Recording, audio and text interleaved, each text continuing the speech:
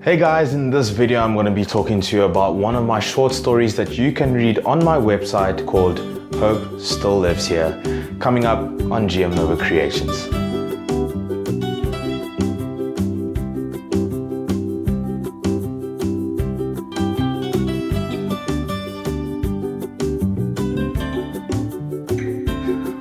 What is up everybody, Gabriel Muteba here of GM Nova Creations, bringing you detailed insights on select stories, as well as tips and tricks on how you can better your own storytelling. So, if it's the first time that you are seeing a video from this channel, it would be great if you could consider subscribing to it so you could see more videos just like this one. And hey, at the bottom of the video, in the description of the YouTube video, you're able to see any and all resources that I may put there in order to enhance your viewing experience. Now, before I explain what it was that led me to writing a story like this, I should let you know that I will be explaining it in detail. So if it's something that you haven't read and you do not like having spoilers, I suggest you click the link in the description, read the short story first, and then you come back to the video.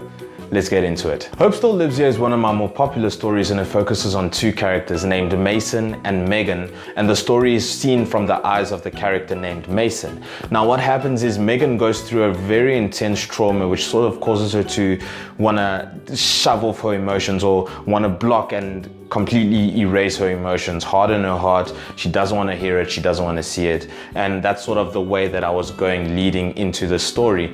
A lot of my stories I try and make it theme based, and I try and make sure that the person who's reading not only enjoys the story, but they're able to see themselves in some of the characters, or they're able to relate to some of the characters in a certain way. So the way I crafted the story is the girl, the trauma that she goes through, she loses her entire family. The guy in that situation, Mason, he sort of witnesses her downward spiral or her closing off of her emotions, and he tries to find a way for her to show emotion, even though it's painful ones, so that she doesn't have to, or so that she doesn't make any sort of mistake. Something else that's going on with this girl is that she has cancer, and in shutting off her emotions, she feels like she doesn't want to fight her cancer either. She's lost her will to live. There's nothing that she lives for ever since she lost her family.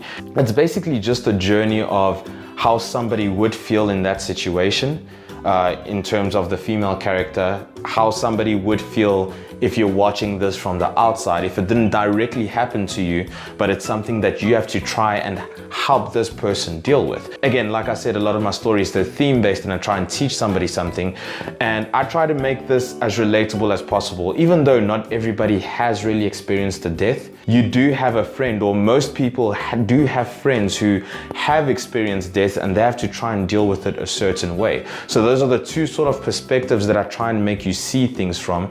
But more often than not, somebody hasn't lost someone, and they have to try and help the other person who has lost someone deal with it in a reasonable or logical or empathetic way.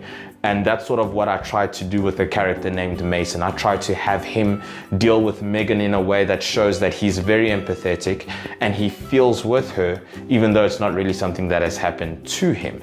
And that's sort of just where the story goes. I believe that as a storyteller, you have to make sure that you can resonate with your reader. Your reader's supposed to feel what your characters are feeling, and that's sort of what I try to do. A very important aspect of doing that is not telling the reader what they're feeling, but sort of showing it. So as opposed to saying Megan was really upset and she was in tears, I used words such as Megan, her eyes were half closed, tears were welling up in her eyes, closed fists. As soon as she ran up to Mason and hugged him, she clutched onto his shirt, sobbed in his chest. You know, all of those, you sort of feel that emotion. You can imagine what's going on in your mind, and you're able to sort of resonate with it, which I believe makes a good story. And I really hope that it's something that you might enjoy, that you can share with anybody who you believe might be able to like these stories. And hey, if you didn't know, every story that I write and I put on the website is completely free.